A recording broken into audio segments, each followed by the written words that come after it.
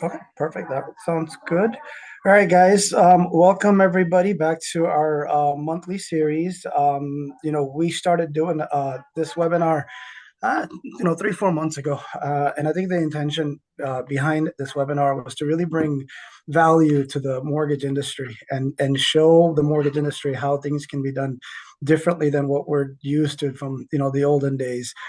With all of the technology and all of the conversations about AI and automations and whatnot, there's still a lot of like confusion in terms of like what's what. And we're hoping that by being able to do these webinars, we're bringing experts in, Theo, like yourself, to really just talk about what's going on in the marketplace and clarify right on how things are going. And at the same token, we're obviously introducing what we do as a mortgage company, First Option. Been in business for 20 some years now, and really feel like we're pioneers when it comes to change, and really adopting a new way of doing business, and really showing our loan officers and our branch managers and our people that there's a much better scalability or opportunity to really scale their business, if they do things differently. And it's funny, I would tell you the conversation behind AI has been going on for probably about 3, 4 years. And Theo, if you remember, you and I met at Lenders One, and I think it was like 3 years ago, 4 years ago when we were at the conference. A lot of people were talking about AI, but it was a lot of confusion in the room as to what it is, and a lot of automation was being called AI, and OCR technology was being called AI, right? And I think today we have a much more clear understanding of what's what, and how AI is really truly changing the way we do business. And I really want to emphasize, a lot of people, when you hear AI, you think ChatGPT or just one of those large language models, but really it's a lot more than that. And so today we're going to have almost like a fireside chat and conversation about what AI is doing for our industry, and then specifically what Friday Harbor is doing in AI. Do you want to maybe start off and talk a little bit about just your background and how you got into into Friday Harbor and the mortgage business? Yeah, sure. So I'm Theo Ellis. I'm a CEO and founder of Friday Harbor. We're a Seattle-based mortgage AI company focused, especially on helping loan officers put together clean, complete, compliant files from the start, increase the amount of borrower pull-through they get, and deliver cleaner files to underwriting that can get clear to close sooner, and basically win-win-win across the board for everyone in the process. But my background, so I started in investments on the finance side, consulting. About 10 years ago, I moved from the East Coast out to Seattle for my wife's work. And I've been working in early stage tech now for about 10 years. So I was an early employee of a company called Pagaya, which was kind of a pioneer in the application of AI to consumer credit. So at Pagaya, I was head of growth there. What Pagaya does is essentially offer a second look program for a lot of large lenders of personal loans and auto loans and other forms of consumer credit, not mortgage. And this was kind of, Pagaya was around basically since 2016, so in the pre-ChatGPT era of machine learning and AI. And that's really where I cut my teeth on kind of the application of machine learning, AI to consumer credit and what it could do. And while I was there, we looked into work doing mortgage. It didn't really work out when I was there to apply to mortgage, but I got very interested in the space because, everyone on this call knows this industry is really challenging, but really fascinating too. And it's enormous, right? It's the auto industry is, call it $500 billion a year sort of in origination. Mortgage industry can be 10 times that big some years, right? So it's like it is by far the biggest sector of consumer credit in the US, and the largest consumer credit asset class in the world. So it's a huge problem space. And just the way that mortgage kind of exists at this intersection of finance and psychology and sales and marketing, it's kind of real estate, it's very tangible. It's really this incredible industry, and one where I think prior to recent advances in AI, and when I say recent, I mean, that kind of chat GPT era, it really was hard to use AI machine learning in mortgage because it's so messy, because mortgage is real people with real life situations, and you're always trying to fit a square peg in a circle, so it never really worked. People have been trying for 25, 30 years. But I really felt that with what's going on with large language models, we're now at a moment where AI can actually be used at production scale to really drive not just efficiencies, but also a better borrower experience and help loan officers, become, more profitable, basically pull through more of the borrowers that they're working with. Yeah, that's something that, when we started looking at AI, years ago, like that was always the dilemma was, what's the accuracy of it? Does it actually save Yep. us time and money, Yep. right? And then at the same time, our intention was never to replace the human, or take the human out of the loop, but really enhance or give them the ability to do a lot more, and as opposed to just, as opposed to being taken over by AI. And I think that's where I feel like there's been a lot of change in terms of like just positioning of the AI and how it really can help people. So let me ask you a question. When you first got into Friday Harbor, what problem in the mortgage process were you looking at, and how do you feel like Friday Harbor could solve for that? Yeah, I think every tech vendor and every tech, technologist and mortgage kind of goes, well, there's $12,000 cost to originate, right? $15,000 cost to originate, depending on who you're looking at. There's got to be a way to do this more efficiently. So that's always kind of the problem statement. But then I think where it gets interesting is when companies kind of when they ask the why does it cost so much? They come to different places and they come to different root causes and they try to tackle that. So for Friday Harbor, what we really felt was the root cause here was messy loan files. The fact that loan files, when they're kind of put together ordinarily, before they get thrown from sales to ops, there's this, there's really kind of this wall that files are thrown over, and ops kind of has to just pick up and deal with what they've gotten. And sometimes they throw it back. And the typical lender will see that process of throwing it back and forth between sales and ops 4 times. Four underwriting touches is pretty standard in the retail space. And of course, it can be much higher than that for certain files. So our view is, hey, because whenever you talk to ops leaders, they're like, hey, whenever I get clean files, this is an easy process. It's very efficient. And similarly, when you talk to the salespeople, like, hey, if I can just get the answer from underwriting, what do I actually need? I'm more likely to secure this borrower if I'm not going to have to, death by 1,000 cuts them. So we really started with this notion of how do we help lenders as a whole team create cleaner loan files. And I think it's evolved from there, but that was the problem to start with. Like, what does it take to get cleaner loan files? Because that's how you drive the efficiency, more one-touch underwrites, and that's how you drive the better borrower experience, and that's how you free up loan officers' time when they're not just trying to piece together exactly what's happening in a file over and over again. Yeah, no, and that's kind of what we looked at as well. Was that there's two components to this, right? It's obviously the back end of it where the underwriters sit, and then there's the front end of it where the loan Yep. officers sit. And really, can you create more efficiency on both sides of it? I love the fact that you guys are positioned a little bit differently than some of the competition because with Friday Harbor, it's more of a loan officer assistant. But Yeah. I think I look at that and I look at it in two different ways. How is the assisting actually happening, right? And I know you'll probably talk about like the functionality of it of Friday Harbor a little bit more, but I love the fact that like not only does it actually help you with understanding what stipulations are coming in as documents are coming, but for a lot of people that are seasoned loan officers in the business and they're looking to scale and grow and bring in junior loan officers, the tool also helps with it's an educational component to Yep. it, just with the chat and being able to like to look up guidelines and really look up what's happening, what Fannie Mae and Freddie Mac are doing, so that you're not asking the underwriter the question. You're actually being able to do it yourself up front. Um, okay, cool. So I guess from the mortgage standpoint, like where do you think that the AI is actually creating a lot of value for the loan officers, and the mortgage today? Well, so this is you asked where we started and where we are today. The Yeah, company's about two yeah, years old, and this is where I've been really surprised because coming into starting Friday Harbor, we thought, okay, the pickup's going to be really on cleaner files means underwriters and processors can do more loans, big efficiency pickup, which is true, but the bigger pickup is actually on the front end, on the pull through. And it's actually really helping loan officers, especially on those really complicated files, the Govy files, the files that are just over the MI limit, the ones that have, really self-employed income, variable income, the really complex ones that, on the margin, you might lose, where it's a borrower who might shop your rate, or they might get impatient, or you might not be able to figure out how to structure it. If we can help loan officers deal with those, we're finding, statistically that we're increasing pull through for a lot of LOs on the whole by about 8 percentage points, right? So for every 100 loans, they're seeing 8 more loans. Every 100 apps they're getting, they're seeing about 8 more of those actually become funded loans, right? So huge lift.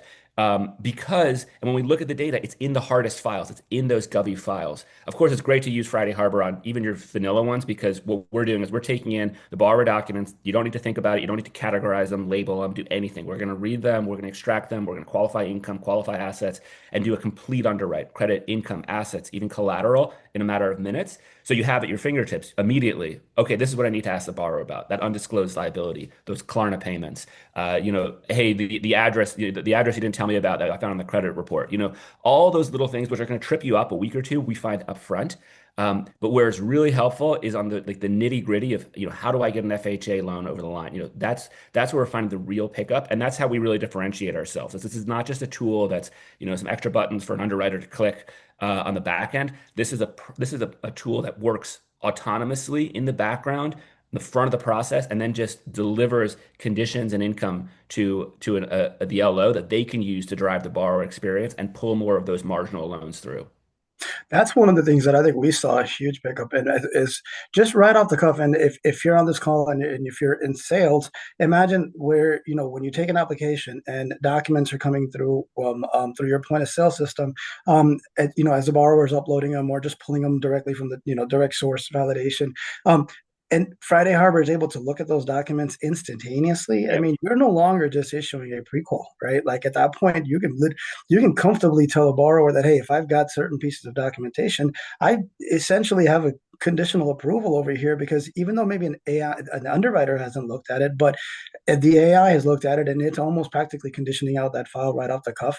We're giving you the confidence that, hey, you know what, you're good to go. But I think I'm going to add to that because I really liked what when we were playing through the system and really looking at it up front, we decided we're just going to run it on everybody, right? And it wasn't just say selectively these difficult files or easy files. No, we're going to run it on everybody because what it was doing was that it was catching documentation that early on that may have been I think you might have mentioned may have been a problem down the road. Now, what's funny is that when an underwriter sees something and it doesn't make sense, the underwriter's now we got a problem, right? Or when AI sees it, you can put that in the junk file and continue to build that customer because I think that one thing that makes good originators is the fact that they're not just looking at documentation, they're helping customers qualify, right? And sometimes that does mean, hey, you're not ready right now, so you know what, go ahead and your taxes, if you're self-employed and you're not filing enough in taxes, or if you need to save up more money for down payment or whatever it may be, the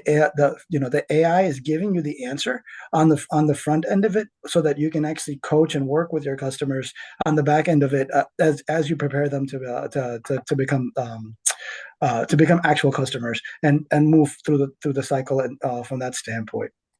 And we like to think so. Yes, we're doing this AI underwriting in the front problem. We're finding problems, right? But we're also finding opportunities. Like just as Right. often, our income section has opportunities. So borrower throws you 1,000 pages of documents. Sure, you'd love to have the time to read through every single page of them, but you don't always do that. And sometimes there's money left on the table. We literally had a file 2 weeks ago where a loan officer found that the Social Security award letter actually had a supplemental award that they weren't using to qualify. The borrower had been receiving it for 3 months. It was perfectly used. You could totally use it for qualify. It was an additional $3,000 a month in income that was just missing because they hadn't necessarily read page 2, 3 of this Social Security award letter beyond the standard award. Friday Harbor picked it up and we flagged it as an opportunity. So we're and similar thing like gross ups, all these opportunities for kind of just helping qualify additional income. We're finding those in minutes, things that could take hours of kind of working through a spreadsheet or combing through documents to find additional income opportunities. That's cool. That's cool. Switching gear from the loan officer, because I think we've established that like what it could do for the LO and Yep. showing that LO, how they can do more with less. And I really want to focus on one thing. I mean, our business is feast and famine, right? And so like when rates are crappy or rates are high, you don't have as much business. You got to make up for that when rates come down, right? Because a lot of your customers are going to get off the fence. Your purchase business will pick up. Your refinance business is going to pick up. And it is what it is. I mean, you're going to be competing with your servicers for that same client. And so if your focus stays on your CRM and on your marketing, and you're able to drive more business in, from the refis and from the purchases, by being able to use a tool like Friday Harbor, you're going to be able to capture that much more market share, right off the cuff, and Yeah. really have the borrower. I mean, I kind of like the fact that like piecing together all of the different technologies with a proper point of sale, right? Leads are coming in, or like I guess applications are coming in, documents are coming in. Friday Harbor's taking a look at the documents. Now your underwriters are able to gain more capacity and more efficiency because they can do more. Let's switch gears and talk a little bit more on the underwriting side of it. I guess tell me what your thoughts are in terms of how the underwriters are going to get lift from Friday Harbor. Yeah, so a lot of people are surprised to hear that underwriters are some of the biggest fans of Friday Harbor. Um, because first of all, they love getting cleaner files, right? So they love the fact that the obvious stuff is taken care of. And what's left typically when a file is submitted to underwriting after it's run through Friday Harbor are true risk management decisions. It's true kind of questions, about how are you going to treat this variable income, or the things that often you really do want to kind of make a credit decision on. And less of the like, oh, the social security number didn't match across these two documents, or they forgot to put the junior somewhere. We're really helping them isolate the risk management decisions, which is what underwriters, love to do. I think that's why people get into that business is they want to make those risk management decisions. We find the tool is really helpful actually to underwriters because you mentioned it earlier, junior underwriters. It's a really hard industry to learn. There's so many ins and outs of it. And Friday Harbor has all the latest guidelines out of the box, and not just the guidelines, because this is not just a chatbot, right? We're actually intersecting with the document. So it's how do these guidelines apply to this borrower's file? And the underwriter will often converse with Friday Harbor and ask it, hey, if I did this, would it still work? Tell me more about X. And it's a great learning tool for newer underwriters. It takes a lot of the burden off scenario desks, or basically, originating teams going to underwriters asking kind of what if hypothetical questions.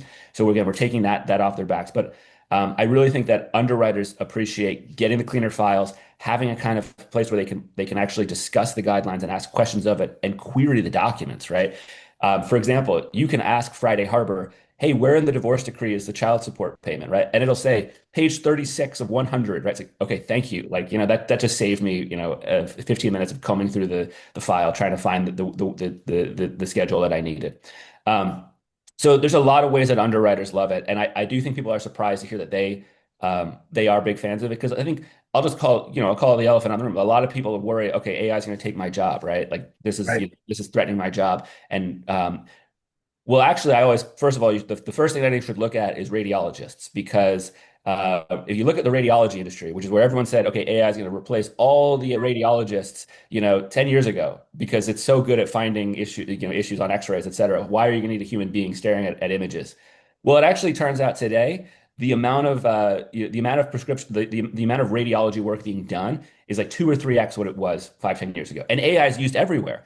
And there's more radiologists than there ever have been, and they're all working more, and they're spending more time doing advanced diagnostics. So just like what we're going to see in mortgage, right? In radiology, now everybody's getting there's a lot more accessibility to kind of the preliminary diagnostics. You don't need the radiologist to look at the first scan, and the radiologist is free to look at the patients who really need those advanced diagnostics, who really need a judgment call. And that's exactly what I think we're going to see with underwriting. We're going to be able to do more files, more complicated files, create a better borrower experience, move faster, and the underwriters are going to have time to think about the real risk management decisions, and really understand, make the best credit decisions for a company, and also, help originators, in terms of getting borrowers over the line.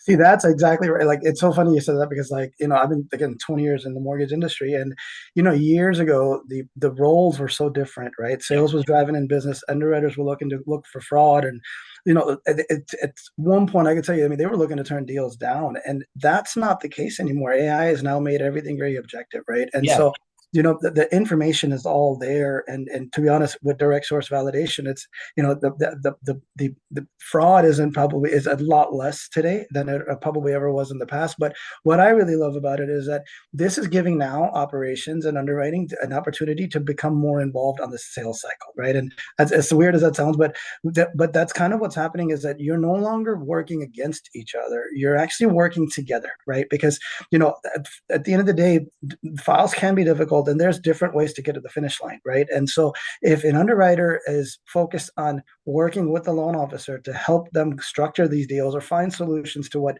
potentially could be, could be deal breakers or problems, or or just guidelines, right? I mean, at that point, everybody's it's they're rowing in the same direction, right? With the same objective, which is, hey, we want to help borrowers, we want to close more loans, and at the end of the day, we want to make money by doing so, right? And I think that's where it's cool, because I think it took what we used to be at one point two people going against each other, now working together to be able to for the same cause, which is again helping people get into homes. Yep. Okay. Okay, very cool. So with AI and with underwriting and with all the changes, where do you see the next couple of years? Because the one thing I will tell you, I mean, AI has been around for a while, right? It's just that the advancement of AI has drastically gone up over the last couple of years, and I almost feel like that curve is still upwards, right? So Yep. with your experience and what you've seen and what you're doing right now, where do you see AI going in the next several years? Yeah, I mean it's progressing so rapidly. Like even 2 years ago, a lot of the technologies that were out there were much harder to wrangle than they are now. So, I think everyone's talking about agents, right? Meaning basically, can we let the AI do things on its own, right? Rather than just have a co-pilot, just a tool that helps you, let the agent actually solve problems for itself. Which I certainly think is going to be part of it. And, I think that's important. I think it's important to have agents that can do more work end to end. And we use a lot of agents under the hood with Friday Harbor, where we have specialized agents that are doing income, that are generating, that are doing different parts of our product. But honestly, I think that, I like to think less about the technology itself, because the technology is, that's just a tool. And what we really need what we really need to do is help originators find more opportunities in their file. So go beyond just looking for problems to kind of finding more opportunities, whether it's more income, more assets, different products. I think is the real, untapped opportunity here, which is that a lot of times loan officers, are really strong and, a handful of products, but they don't necessarily think about the whole world of products that are out there, or, DPA programs or non-QM or whatever it is. All these places to borrow might make more sense to put them. You might be able to get them a better rate. But you just might not be as familiar with that product. So kind of easing that is a big thing that we're focused on. Is kind of just bridging the gap between all of this complexity that exists in these hundreds and hundreds of products that many lenders offer, and the handful of products that an originator is going to feel really confident offering. I think that's critical.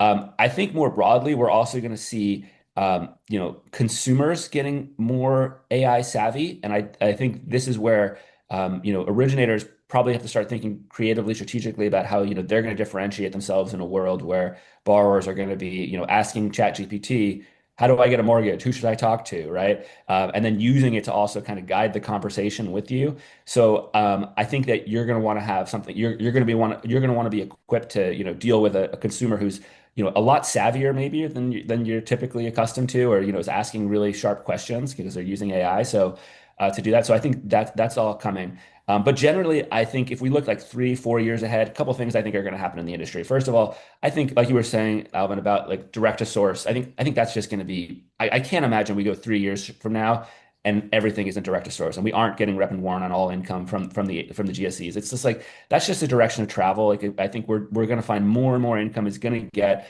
whether it's D1C or some kind of income calculation rep and warrant relief, and just simplify a way that we won't even have to do that on our own. We'll just let the investor basically tell us what income they'll accept based on the documents they've received. Same thing's going to happen on assets.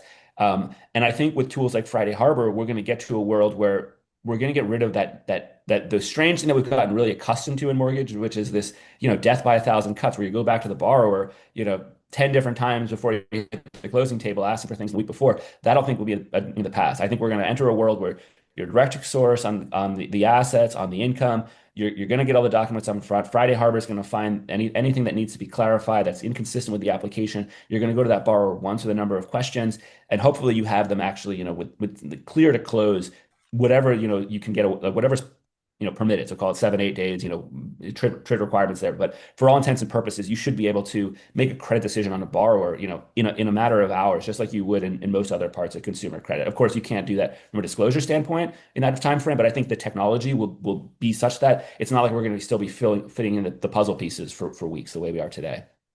Yeah, no, I love it. I love it.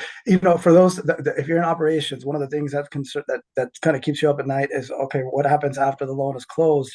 And if something comes up from a QC standpoint, and now you've got to go back to the borrower and collect more documents. And let's face it, right? Once a loan is closed, that borrower is happy. They don't want to give you more Yeah. documents. Yep. And then a lot of times the loan Enough. officers, yeah, they're roped into it and saying, "Hey, can you help us go get this document?" Because the borrower is not responding. But I mean, I can see where with something like a tool like Friday Harbor, even just run it right before closing, and I mean, Yeah. yeah. Do you guys have some sort of vision when it comes to like that, some to post closing and like aggregator relationships? Yeah, absolutely. So, I mean, right now we're primarily used on the front end, but we do have some clients who use us, like as you described, as kind of a scrub, like pre-close QC scrub. Similarly, on the kind of on the third party origination side, we're used on the correspondent side to review loan files before purchase. And that's an area where, we see a lot of opportunity.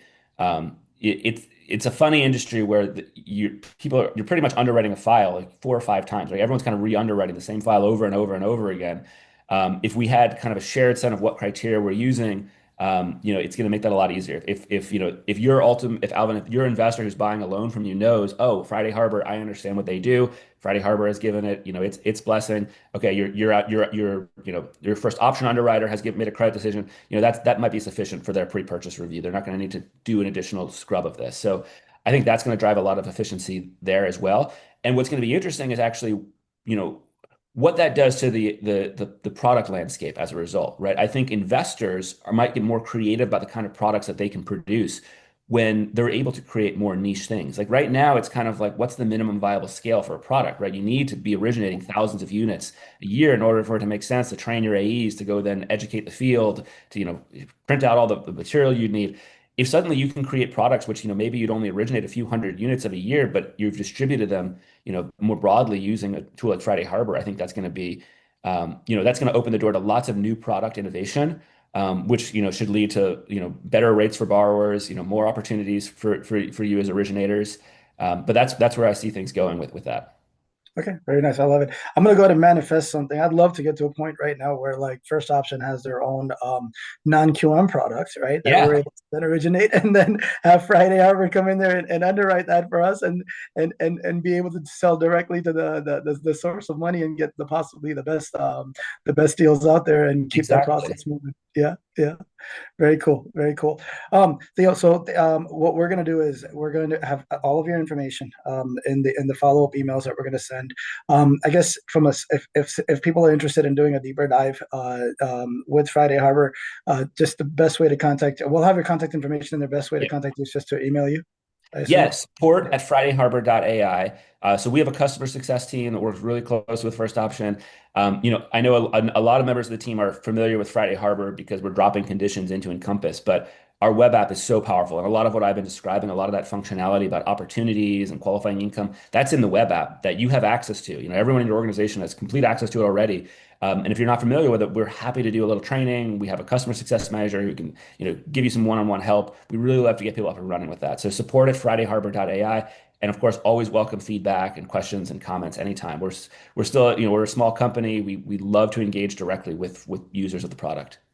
Perfect. Love it. And I'm gonna vouch for that. I mean, since our relationship started, I'll tell you, we work with a lot of vendors and so the feedback that you guys have been able to take from us and really tweak the product to where it just gets better, right? And Yeah. it's been getting better, and I think it's going to continue to get better. So we love that about our relationship with Friday Harbor, and continued success to you guys to keep growing. Thanks, Alvin. Thanks for having me on. And All appreciate right. everyone taking the time this morning. I don't think there's any questions in the chat. So Yeah, Alex, no questions have come through the Q&A, so I think you okay, guys perfect. just covered everything really good from the Perfect. get-go. Perfect. And so I'll leave it for the audience that's not part of First Option that's watching. If you're interested in learning more about what we're doing at First Option and what our tech stack looks like and who our vendor partners are, when you get the email from me, the follow-up email, just schedule some time and I can get into a lot more detail with how First Option does business differently than just our competition. All right. Thanks everybody for your time today.